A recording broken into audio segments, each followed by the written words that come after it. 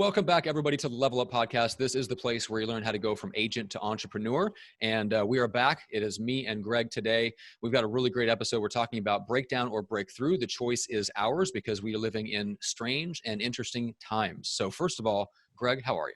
I'm doing good, man. I'm doing good under the circumstances. Actually, I'm doing great under the circumstances. That's right. You're being the solution. Okay. I am being the solution as Exactly. best as I can. So why don't we set the scene a little bit? Because you were telling me a little bit about just how you're rising to the leadership challenge, how your agents are stepping up. So I want to give people kind of a little, maybe set the scene a little bit and just tell people what's going on in your own personal business that got you thinking about the concept of breakdown versus breakthrough before we actually get into that part of it. Yeah, and I think it starts with, right before we hit the record button, you and I haven't talked in a little while. So you said, hey, Greg, how are you? What you up to? Just like normal conversations that you and I would have together.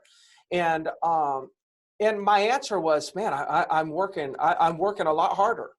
Mm-hmm. And then it dawned on me to continue to have that conversation. And what dawned on me is like, I'm working a lot harder, meaning when I go home at night, I feel like I'm more tired. Mm-hmm. And it might not necessarily be the number of hours that I'm working that I would say is harder or is more, but it just seems that the level of intensity, my intention, the intentionality, the passion and energy behind everything I do is much higher, which tends to be a little bit more exhausting. Mm-hmm. You know what I mean? It takes more energy to have higher intensity. And that's where, and I think that's kind of the background of where we started with this conversation.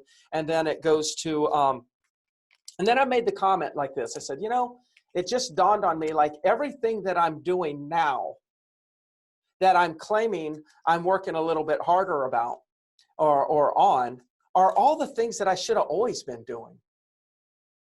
Because at the end of the day, I have a responsibility as a leader. I have staff, and they have children, they have spouses, they have extended family that they're responsible for.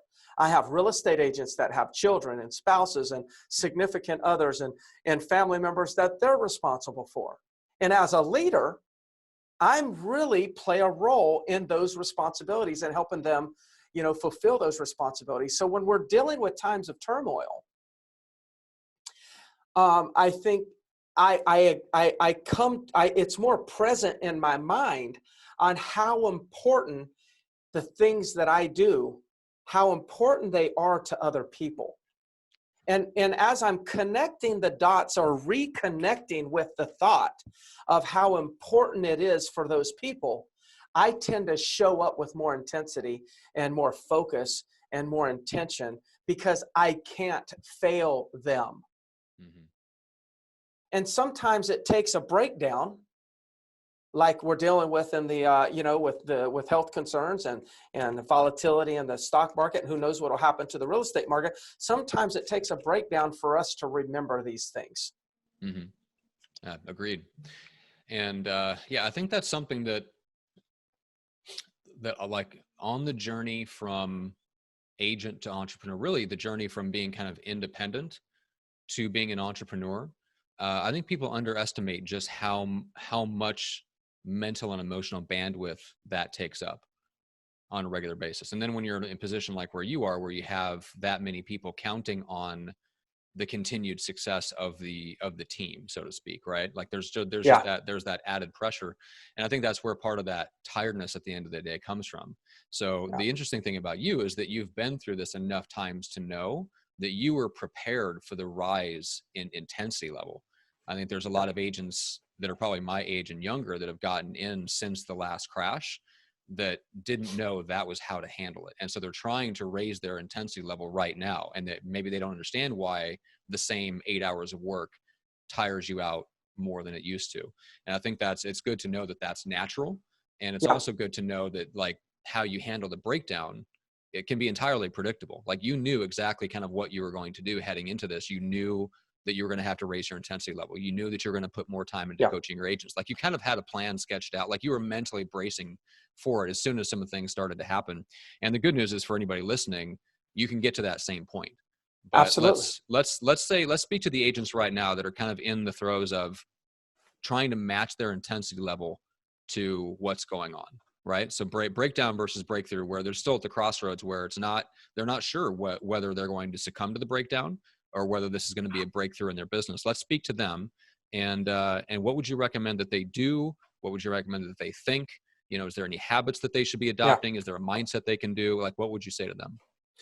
First of all, I think they need to understand the significance or the correlation and the connection between breakdown and breakthrough. Okay. So let's just go with a workout routine. Some people will go and say, hey, New Year's, I'm going to start working out at the gym. They go get a gym membership. They go lift weights, and they lift weights, right, in the first day. And then 48 hours later, all of a sudden, they have this massive soreness. Mm-hmm. Now they're like, gosh, darn it, I hate this part of it. This hurts. I can hardly get up. I can hardly move my arms. This is sore. This hurts. And then, but they, for some reason, they have some more motivation. So they go back again and again and again. And then 2 weeks later, the soreness goes away, or maybe a week later, the soreness goes away. 2 weeks later, they continue going into the gym. They happen to catch the mirror and they look at themselves and they say, wow, I can see a muscle. Wow, I can see my triceps for the first time. I feel like I'm a little bit thinner. See, that's the breakthrough, right? The breakthrough is when you start to see this changes in your body. But in order to go through and experience that breakthrough, you had to go through a breakdown. And in the breakdown in this scenario, the breakdown is when you start a new routine, that soreness is your muscle breaking down. So you actually tore up your muscle, you broke it down, you were willing to stay in the game, and then all of a sudden, boom, you experienced the breakthrough. Mm-hmm. This will apply in everywhere of life. Like you'll have a friend or a mentor or somebody that you know that will they eat terrible, they have terrible drinking habits and smoking habits, and they have a heart attack. Mm-hmm. Complete breakdown. Yeah. And then after they get through and get out of the hospital, they become more healthy than ever. Yeah. That's the breakthrough. Now, they tried to stop smoking. They tried to stop drinking. They tried to stop all these things for years. And it never happened because there was no breakdown. But when they had a massive breakdown, it got serious. And then all of a sudden, we broke through. So the important thing that I would say to people that have not been through this is understanding that breakdowns are necessary in order to experience massive breakthroughs. And the bigger the breakdown, the bigger the breakthrough can be. But of course, it depends on how the person responds. So breakdown occurs. Mm-hmm. You can either say to yourself, okay, I need to be more defensive. Or you could say to yourself, I'm going to go on the offense. So just make that decision. Are you going to go be defensive or you're going to be offensive? Now, somebody would say, well, Greg, shouldn't you be defensive? Shouldn't you cut your expenses? Well, it's nothing more than a perception. I mean, to me, cutting expenses was me going on the offense. Okay. But for some people, cutting their expenses was going on the defense. All I'm doing is changing my language. Okay. And I'm saying, yeah, no, I'm going to go on the offense. Let me look for something to cut. Mm-hmm. Versus, oh my gosh, I don't know if I can make all these bills. I need to find something to cut. See, that's the dialogue we have when we choose to go defensive.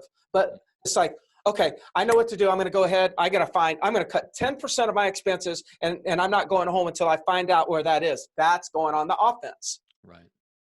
So the first thing you have to do is you have to determine, are you going to go on the defense or are you going to go on the offense? Typically, when people go on the defense, they start to move away. They withdraw.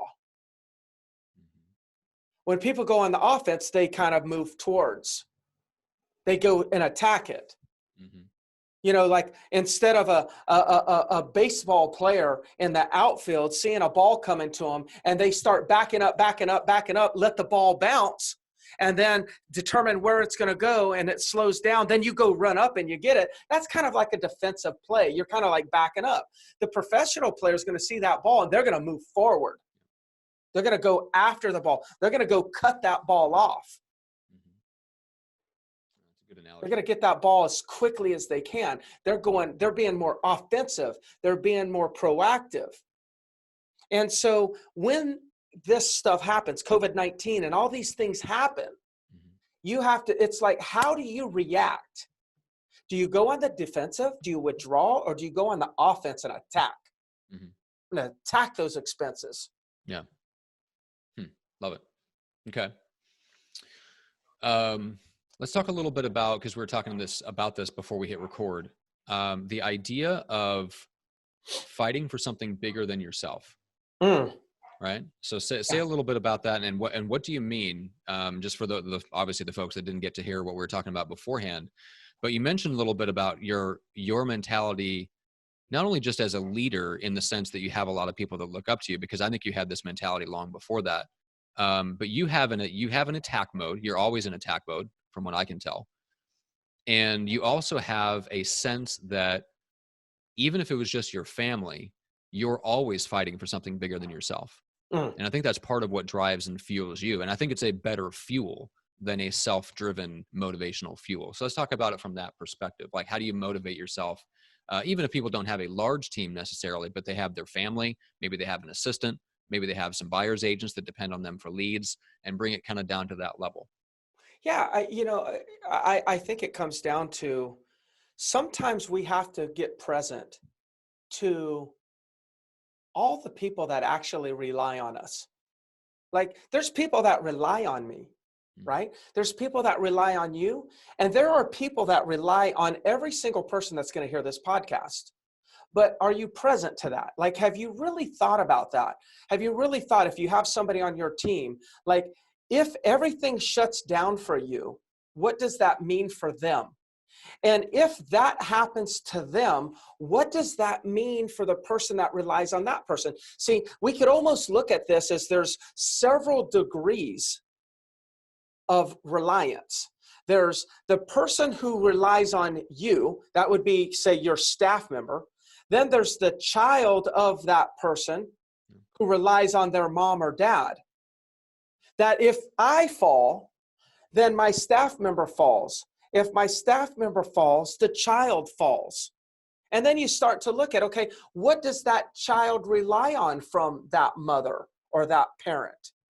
That person relies on going to certain schools. They rely on eating certain meals, having certain things, having enough money to go to college.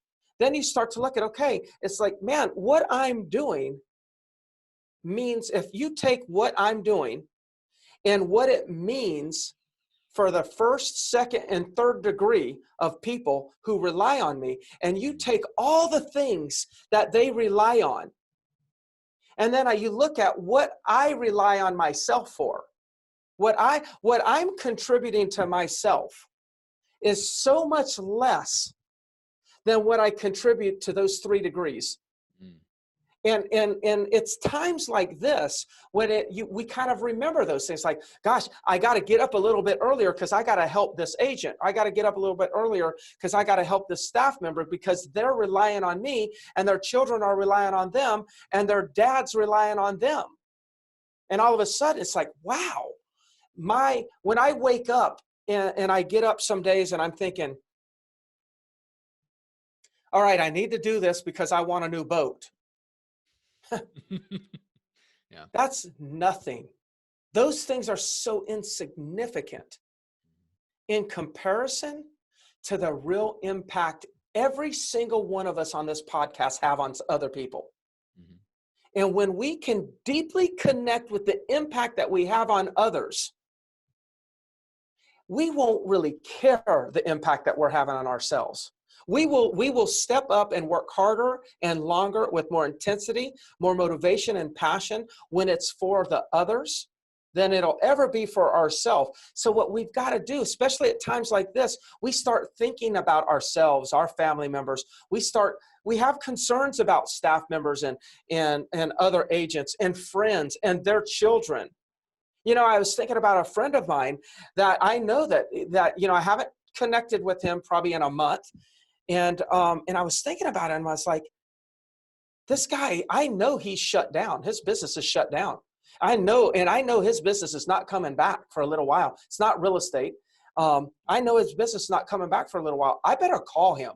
Yep. I better call him see if he needs anything. Yep. And I looked at my wife. I said, I'm going to call him. Not that that was a hard call, but I told her, I said, be prepared. I might have to give him some money. Now, that's not, he would never want a handout, or that person would never want a handout. And it's not that I'm just throwing it out freely. But what I want you to hear is at times like this, I start thinking like that. Right. Outwardly focused, relationship focused. Yes. Yeah, that's good. Outwardly focused. And that's when I start waking up. I mean, right now I'm waking up at 3:30 every morning, like wishing I could sleep till 4:30, but I can't. I'm waking up at 3:30. Am I waking up because I'm stressed? I don't think so, because I don't feel stressed. I feel like, okay, I got to get going. Yeah. Outwardly focused. That's really good. And that's a It's universal way more human motivating. It's energizing, you know, and it comes back to, why in the world are we having this conversation today? Well, I know why, because we just had a breakdown. Because we're middle in a breakdown in our country. And so this is the access. You're watching it unfold right here. That breakdown stimulates these thoughts. And if you're in this mindset, you can't help but break through. Because I'm going to set up all the things that I need to set up in order to support that massive group. And as I'm supporting that massive group in that fashion, there's no other group probably in my market that's going to be supported like that. So who's going to win? Who's going to be fighting harder? Who's going to be stronger and more fit to actually, take on a market like this? It'll be a group that has a leader like this. Agreed. Yeah. And I hope everyone's listening wants to be that leader, because that's if you become that person, if you step into that role, you are positioning yourself for a major breakthrough. Even as bad as things might seem now, they will get better. We were talking about before we hit record that I'm very optimistic about where things are going and the direction that things are going. And the people that are well positioned, that have been taking on that leadership role, might have a massive boom. And at the very least are going to be way better positioned than the people that withdrew and went on the defense and have been on defense for the last 8+ weeks. That's a long time. Like, this has dragged on much longer than people initially intended it and thought it was going to. So all the people that thought, well, I'm just gonna sit back and withdraw, and this is going to be 2 weeks, 4 weeks, like that time is long gone. So for those I think it's going to be longer than that. I mean, I see the real estate agents all over Facebook right now on the beach, especially in Myrtle Beach. They're all on the beach. Oh, vacation. Yeah, it's just a little blip in time. I'll take this time to I was getting a little bit of burned out anyways. I'll take this time to go on the beach. It's like, okay. Yeah, I mean, I'm in the same room that I'm always in when I'm recording. I happen to have this as my office right now. It's downstairs. I'm by myself, kind of, in my own little space. And I've got pads around the walls, right? Because I want the echo to be lower. I want less echo while we're doing recordings, but that means I've got pads over the damn windows. I actually have a rule now that I had to on the hour, I have to walk out this room, walk out and go look at the sky. I do that once an hour. It's like, okay, I haven't done this an hour. Let me go. I gotta make sure I see the outside world. Good. That's good, because I would like for you to get some sun. You need some vitamin D, Greg. Come on. Yeah, I know. I am losing my tan. Okay, so I have an idea for the next episode that we should do. Okay. So I want to get to that. Before we do that, what's the best way for people to reach out and connect? Same thing I say every time. Just go out to Facebook and message me. You can find me on Facebook, Greg Harrelson, very easily. Hit the message button. Send me a message if I can, answer any questions. I'd be glad to do that. Excellent.